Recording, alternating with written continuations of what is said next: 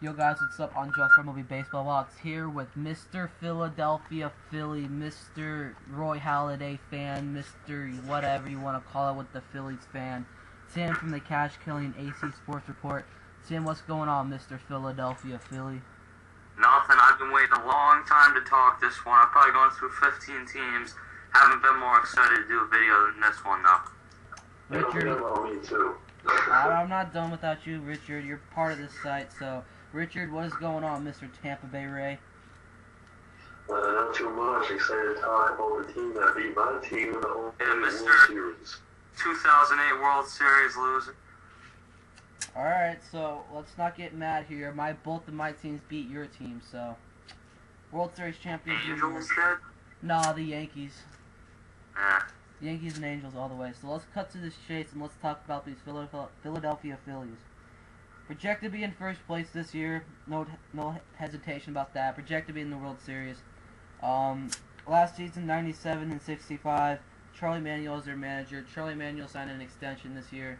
That's pretty much of a quick recap of their off season. They got Cliff Lee, a big requirement. This guy did not want to go sign with the Yankees. Well, he was considering signing. He didn't want to return to Texas, so it was apparently too hot in Texas. His wife got spit on in New York, so Philadelphia he has to call it home for this upcoming season.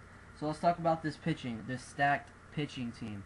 Alright, so let's talk about Roy Halladay. Miss Tim, you gotta fill me in. What do you expect from Roy Halladay this season? Not quite what he did last year. I think he's probably the second best pitcher in baseball. I think Felix Hernandez or Tim Lincecum, you can make an argument there. Halladay's first or second, somewhere in that area. I expect 20 wins, though. I expect less losses this year because I think the offense will be a little better than last year. So I think like a 20-7 season with about a 2.6 something ERA seems about right for me. Yeah, I would agree. It's Roy Halladay. I mean, come on. You can expect anywhere from 18 to 21 wins this season. Mid to high 2 ERA. This is Roy Halladay's and the outstanding again. Yeah, I don't really like the Phillies at all, but it's Roy Halladay. You guys have to give this guy his props, and this guy is just beast mode, whatever you want to call it. This guy is a monster. Throwing 2 no-hitters last season. I think it was against the Marlins and one against the Reds in Game 1, and his division in his World Series, or not World Series, playoff debut. But Roy Halladay is a beast. Tim, do you think he's going to throw a no-hitter this season? You know, no-hitters are so hard to guess. They don't come at the frequency normally that they came out last year. I wouldn't be surprised, no. I mean, a great pitcher like Halladay, you can probably, I wouldn't say expect it, but you could see it coming. It wouldn't be surprising. Yeah. But one thing that you gotta look at with Halladay though is look how many innings this guy pitched. 250 and 2/3, 11 majors. That's an incredible amount of innings. Yeah, I mean, that's always been his thing. He's thrown a ton of innings. And throughout the next 2 or 3 years, as he reaches his mid-30s, that's going to have to go down.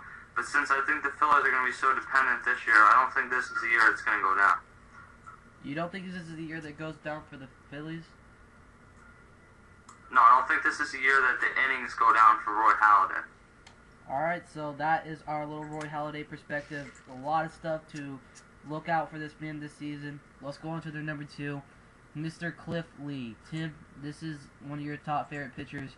What do you want to do? What do you expect from Cliff Lee this season? I expect about 17 wins. I'm not going quite as high as some people are. And an ERA around the high 2s, low 3s, somewhere in that area. I mean, people forget he was not necessarily good with Texas last year in the regular season. But we'll see. I think somewhere around there. I actually think Royals will wind up with more wins this season. Yeah, I mean, Cliff Lee was with King Felix last season. He finished the year 12 and 9. Mostly because he was with, Seattle. But I think Cliff Lee will get, like Tim said, 17 wins, have a low 3s or high 2 ERA. It's Cliff Lee. The guy doesn't have overpowering stuff, but he can locate pitches, and that's what he's best at. I think he'll have a nice season. Alright, being a Yankees fan, I wish this guy was to sign with the Yankees, but like he said, he was benefiting his family. His wife apparently got spit on in New York, but that's not the reason he went. He went to Philly because if you put Cliff Lee on the Phillies or if you put Cliff Lee on the Yankees, the Phillies look better with Cliff Lee than the Yankees would have with Cliff Lee. I don't think so. Being a Yankees fan. Well, the lineup's stacked for the pitch lineup's way more stacked for the Phillies with Cliff Lee than it would have been for the Yankees with Cliff Lee. Well, you got A.J. Burnett, you got C.C. Sabathia. Okay, the A.J. Burnett's garbage, so. Alright then, we'll just wait for the season to start. At number 3, you got Roy Oswalt. Tim, is this the year that he's gonna, is this his final season in MLB? No, I think that was kind of a thing, him saying that. I think he's getting there, but I think, they hold an option for him, a mutual one. Even if they don't, I wouldn't be surprised to see this guy back. I think he's still got a lot left, and he showed that he was. Everyone said he was so bad last season. He had a 2.6 ERA the whole season. I mean, he had a 3.4 ERA with the Astros, and the record was bad because they were such a poor hitting team. He came to the Phillies 7-1 with a 1.74 ERA. You can't argue with those stats. Yeah, I like Oswalt. Even though he's getting up there in age, he still can offer a lot to almost any team. I think he has another 1 to 2 years left in the league, and I think he's going to retire in Philly. I don't think he's going to retire, Philly. I think, he still has years to come. I mean, I just don't think he's going to retire to Philly. I think he's going to, it's my prediction, I think he's going to return to the Astros for about a season. He's going to retire as an Astro. He has more history with Houston. Rangers are a team to watch out for. Oswalt. But I think the Astros, because he has more history with the Astros, I think he's going to retire with the Astros. Roy Oswalt, you guys remember it was a game against Tim. Who was that game that he had played outfield in? It was against the Astros, actually. It was against the Astros, and he had to play outfield because that game, the Phillies were running out of hitters and stuff. So, Tim, what do you know about that game? What can you tell us? Just briefly, Ryan Howard got tossed on a terrible call, and they brought Ibanez in to play first and put Oswalt left, basically. So, that's pretty much it. I mean, we're spending a lot of time on this pitching, but this pitching is stacked. So, bear with us, guys. Next, you got Cole Hamels. This guy, after this season, people are saying that this could be he could opt out of his contract. I think that's what they said. Tim, is he going to opt out of his contract? No, he can't opt out of his contract. His contract's up. But as rules for that's what I meant. Free agency, you can't be a free agent until after 6 seasons in the league. So he still has 1 year left with the Phillies for sure, and I would think they'll lock him up. Either way, though, they'll be fine. He should have another solid season. I mean, people forget, this guy's only 27. He's already won a World Series MVP, and he should just be entering his prime. People in Phillies camp are saying, this is the best this guy's ever looked. He could win more games than anyone in that staff. I don't think that'll happen, but we'll see. Yeah, I like Cole Hamels a lot. Definitely the key cog in the 2008 World Series run. Cole Hamels can win 14, 15, maybe even 16 games, have a mid to high 3 ERA. Solid fourth guy, no doubt. Yeah. To get a little quick brief on Cole Hamels last season, he was 12-11 with a 3.06 ERA and 200 innings pitched, 208 innings pitched, I should precisely say. Yeah, and I mean, the big thing there is a lot of people have said he can't go 200 innings because of health problems. He did that last year. He got himself in better shape. Another thing, 12-11 is not something you should look at. He got horrible run support last year, as he really has his whole career. Yeah, I mean, I don't know. I'm not a Phillies expert. You are the Phillies expert, so why don't you just run this video? So, on to their fifth starter. I mean, there's a lot of questions going into their fifth starter. Is it going to be Blanton or is it going to be Kyle Kendrick? We talked about this. There's no questions right now. I think it's going to be Blanton. It's going to be Blanton. If they decide they want to move Blanton because he's overpaid, the problem is no one wants an overpaid 31-year-old pitcher who has a 4 ERA every season. Yeah, I mean, Blanton isn't exactly awful. I mean, he's a pretty solid fifth starter. Okay, this isn't like the second and third starter. Like Tim said, he's just overpaid. Mid to high 4 ERA. If he can go brought that ERA down to about 4.2. That's a pretty solid fifth guy in rotation. What do you guys think about Kyle Kendrick?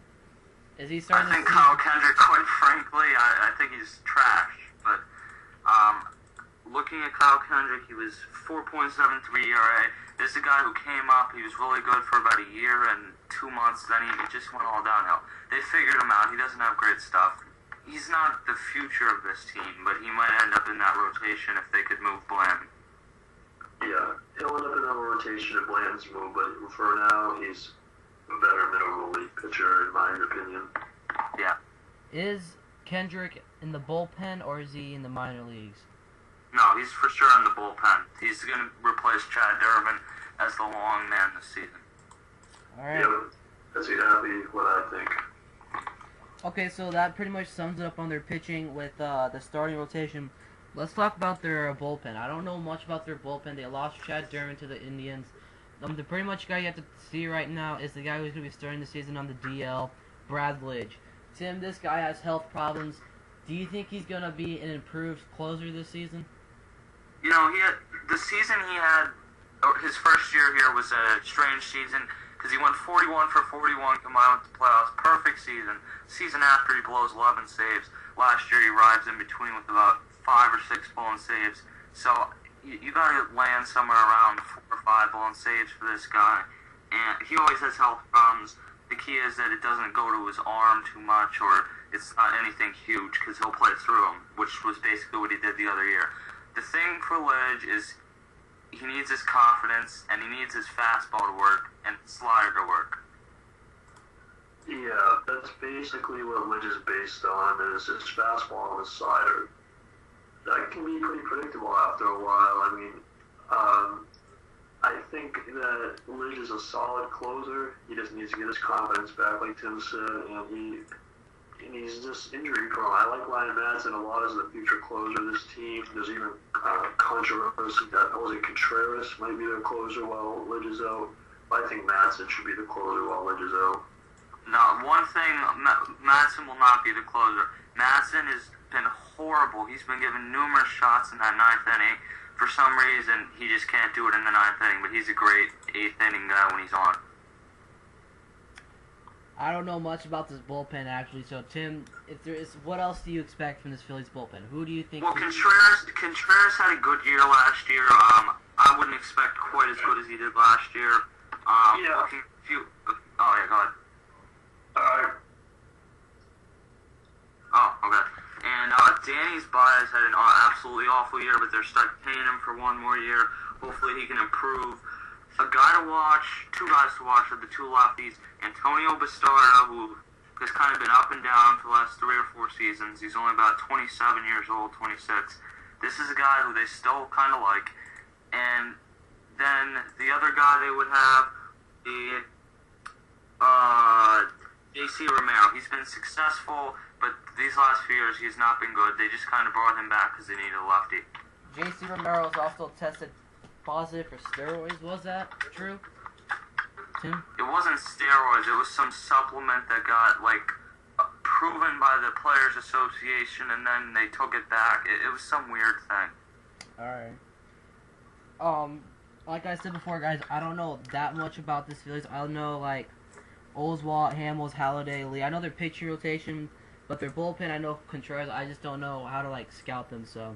On to their hitting. I mean, this team is stacked on hitting, but going into this season, Utley's a big problem. So let's start off at first base.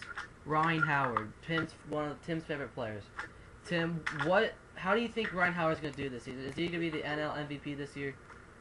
No, but he'll improve. People want to make a big deal about the season he had last year. And really what the deal was he was on pace to have another 38, 39, 40 home run season. He got injured, sliding back into the base. He rushed back, and basically the last 2 months when Ryan Howard is known to hit his home runs, he wasn't healthy, and that carried over to the playoffs, and he just had a horrible, horrible second half of the season, really. This guy was really bad. His average was way up. Everything was going for him. The power was down a little, but that was because he was swinging more for contact. but I would expect the power Ryan Howard to be back